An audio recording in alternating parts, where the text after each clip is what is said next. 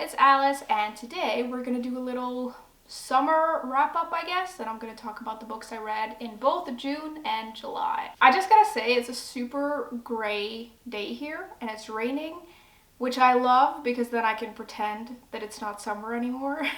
I feel like whenever August hits, I'm always like, okay, summer needs to get away from me now. We need fall. Is it fall yet? Is it fall yet? All I want is fall, and I can't wait. Anyways, not gonna lie, didn't read a whole lot this summer. My reading is still going very slow, and I've been weirdly busy, so I just haven't read a whole lot, but I do have 5 books to talk about today, and the first one is Last Time I Lied by Riley Sager. Now, this is a mystery thriller, and it's about this woman who attended summer camp when she was a teenager, and when she was there, 3 girls went missing, and that has haunted her ever since. And then she gets an opportunity to return to the camp, and she goes in search of both closure and answers. This is my second book by this author, and I have quite similar feelings to this as I did to the first book that I read. I really like the setting. I think it has some really good suspense, and I liked the mystery, but I wasn't like blown away. There is something a little bit creepy about a summer camp. Like, there's something about that setting that works really well as the backdrop for a mystery, and I think it works really well in this. You get this sense of foreboding, and that's kept up really well throughout the book, and there's something about the setting that's very atmospheric, and you just get the sense that something is really off, and you're trying to figure out what it is. Now, the characters are okay. I felt this very much about the other book that I read by Sager as well. I feel like the characters are okay, they're not great. They feel a little bit one-dimensional, and there is something a little bit stereotypical about a lot of them, and they feel very much like characters that I've met before, and I just didn't feel any kind of connection to any of them, really. I did really like the mystery, though, and the end it took me a little bit by surprise, so that was fun. I also feel like the pacing is a little bit better than the other Riley Sager book that I read, and overall, it was entertaining and exciting enough, so I gave it a 3 out of 5 stars. I feel like Riley Sager, for me, is sort of in the same category of authors as Ruth Ware. Like, they have a lot of great concepts to their books, and they always sound really intriguing, and in all likelihood, I will always enjoy them, and that every once in a while, there might be a really good one.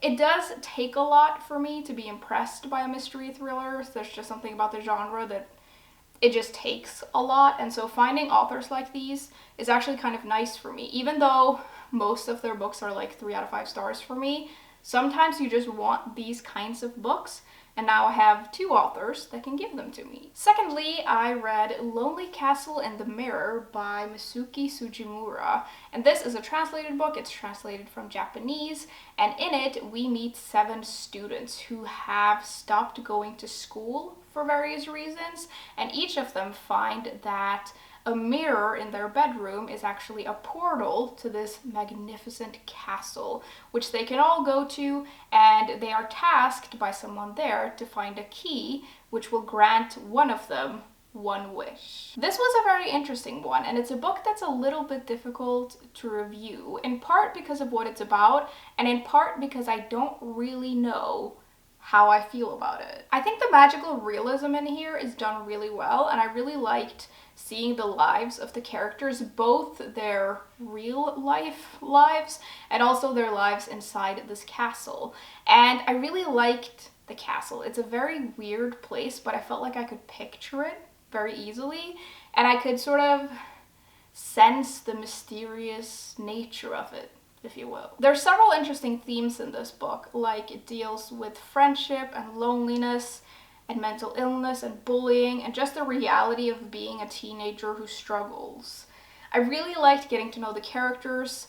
We get to know all of them, but we mostly see the story through the perspective of one girl, and I really liked following her around. And there are several scenes in here that I felt like I recognized in a way that made my heart ache a little bit, and you can really feel how she feels, and you can just feel what she's going through. I think one of the things that threw me off a little bit is that I had expected this to be not middle grade. Like, it's sort of, it feels like it's in a weird space between middle grade and YA. And I thought that this would be a more adult book. I don't think I realized that the students would be so young. And I just think that took a little bit of adjusting to. And I also think because of that, the story is a little bit lighter than I had expected. Like, it has some dark moments and it has some serious stuff in it, but I had expected this whole book to be a little bit darker and heavier, and because I am who I am, I think maybe I would have resonated with that a little bit better if it was a little bit different. I also think this is quite slow in the middle, which happens to a lot of books and that's okay, but with this I got a little bit impatient with it and I felt like it got very repetitive. I did really like the ending though. I saw some reviews after I'd finished this saying that it seems like the ending splits opinions a little bit, but I kind of liked it. I feel like this is kind of like a long fairy tale, and there were a lot of things that I liked about the story, and then there were some things that I didn't connect to as much. It has been a while since I finished this though, and if I'm totally honest with you, I have forgotten most of this book already, which I'm a little bit surprised by. Like, maybe I had really high expectations of this book, but I just thought that I would connect with it more and I thought it would make more of an impact, but I've forgotten a lot of this already, and so it hasn't stuck with me in the way that I thought it would. I gave it a 3 out of 5 stars. It is a good book though, I feel. It's weird and interesting and a little bit different, and the concept of it is really good, but it just didn't quite like blow me away. Next, I read The Da Vinci Code by Dan Brown, and this is, as I'm sure a lot of you know, a mystery adventure book. It's the second book in the Robert Langdon series, and in this one, Langdon is called to Paris because this curator of a museum has been murdered, and there are all of these codes at the crime scene.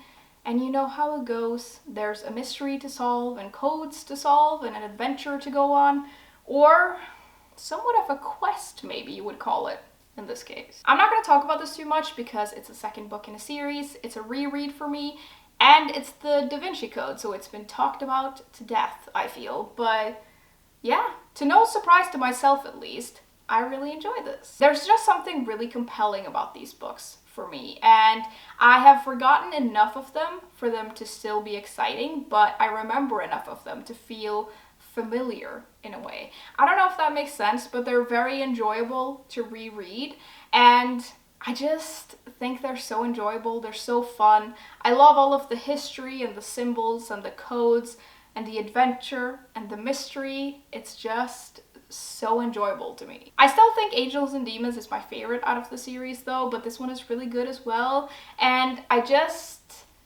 really enjoy them. They're so much fun to read and they're really compulsive in a way, and one of the reasons I like these books so much is that there is a lot of action in them, but there's also a lot of space in between the action, so we get sort of the space to explore other things, which I really like, and you get a little bit of a breather sometimes.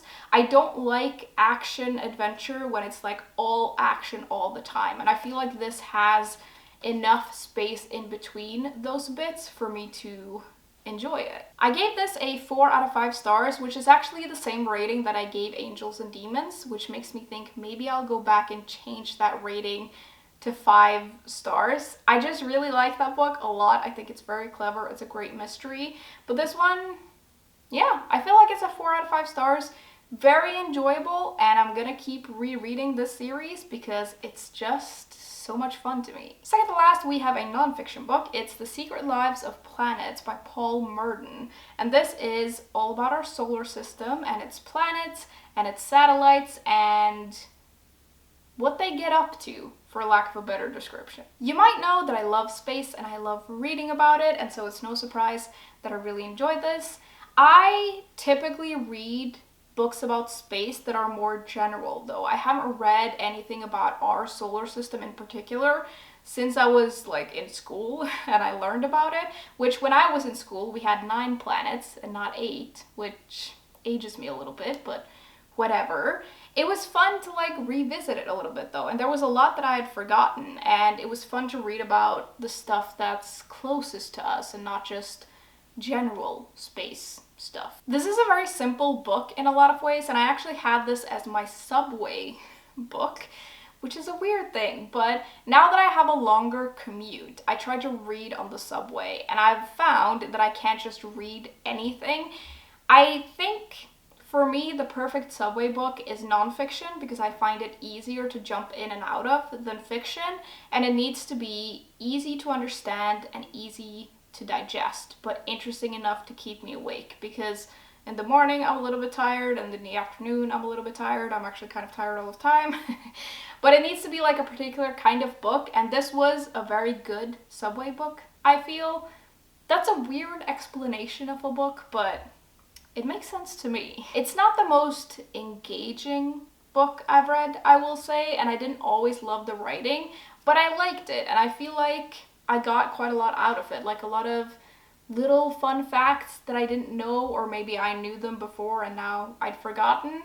It is very surface level, but it's quick and entertaining enough, so I gave it a 3 out of 5 stars. Lastly, I finally read These Violent Delights by Micah Nemeriver, and this is set in Pittsburgh in the early 1970s, and we meet these 2 freshman university students who are quite different, and they come from different backgrounds, but they are immediately drawn to each other, and their friendship quickly turns into something more, something all-consuming and volatile. I was pretty sure going into this that I was going to like it, and I was right. This was exactly my cup of tea. And from like the first chapter, I just knew. Like, you know when you start reading a book and you just read the first bit and you just know it's gonna be good and you know it's gonna be for you?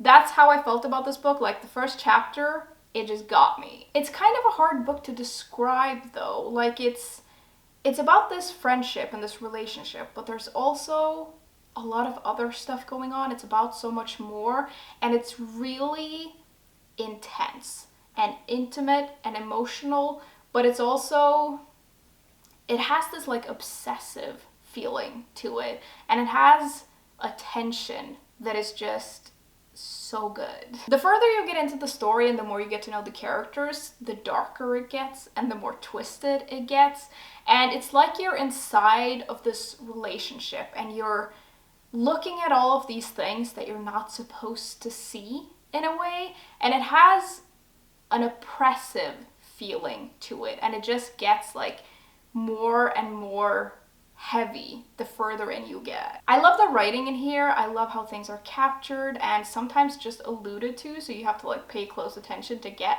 all of it. And I have seen this described as a sort of a mix between The Secret History and Call Me By Your Name, which it's not the same, but I understand the comparison, and I feel like it's a pretty good description of it. I think that there's something about those 2 books that's really painful, and you get that in this one as well. I also really like the atmosphere in here. I like the setting, and it has that great like dark academia vibe to it that I just absolutely love. But like with a lot of these books, I can tell that it's not for everyone. Like, it's just not the kind of book that everyone is going to enjoy, but I really did. It is also the kind of book where sometimes things are not super clear, and we get that a little bit throughout the story, but especially towards the end. And the ending, I don't really know how to feel about it. It's the kind of ending that's up for interpretation, and I feel like I liked it, but I don't know if I really got it, which makes me feel like maybe I didn't like it as much. But I loved everything that got us there, and I just feel a little bit, I don't know how to feel about the ending, to be honest. I think it might be one of those things that just need to simmer a little bit. Like, I'm gonna think about it and see what I think in a little while, but yeah. Overall, I really, really enjoyed this. I loved the writing, the characters, the story, the setting, almost all of it, and so I gave it a 4 out of 5 stars. The only reason I didn't give it 5 stars is that I don't know how I feel about the ending, but I might change it after a while and see.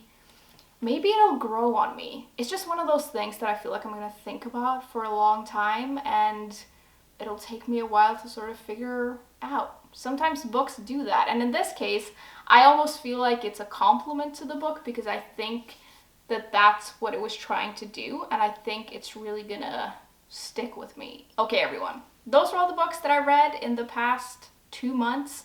Do you remember the time when I read like 5 books in 2 weeks?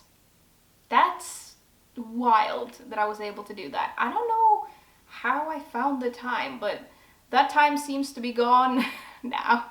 And now it takes me 2 months to read 5 books, but whatever. I try not to think about it too much, and luckily I have enjoyed a lot of the books that I've read this year, even if I haven't read as much. That's gonna be it for me today though. I would love to know what you all have been reading over the summer. What was your favorite book? Do tell me all about it.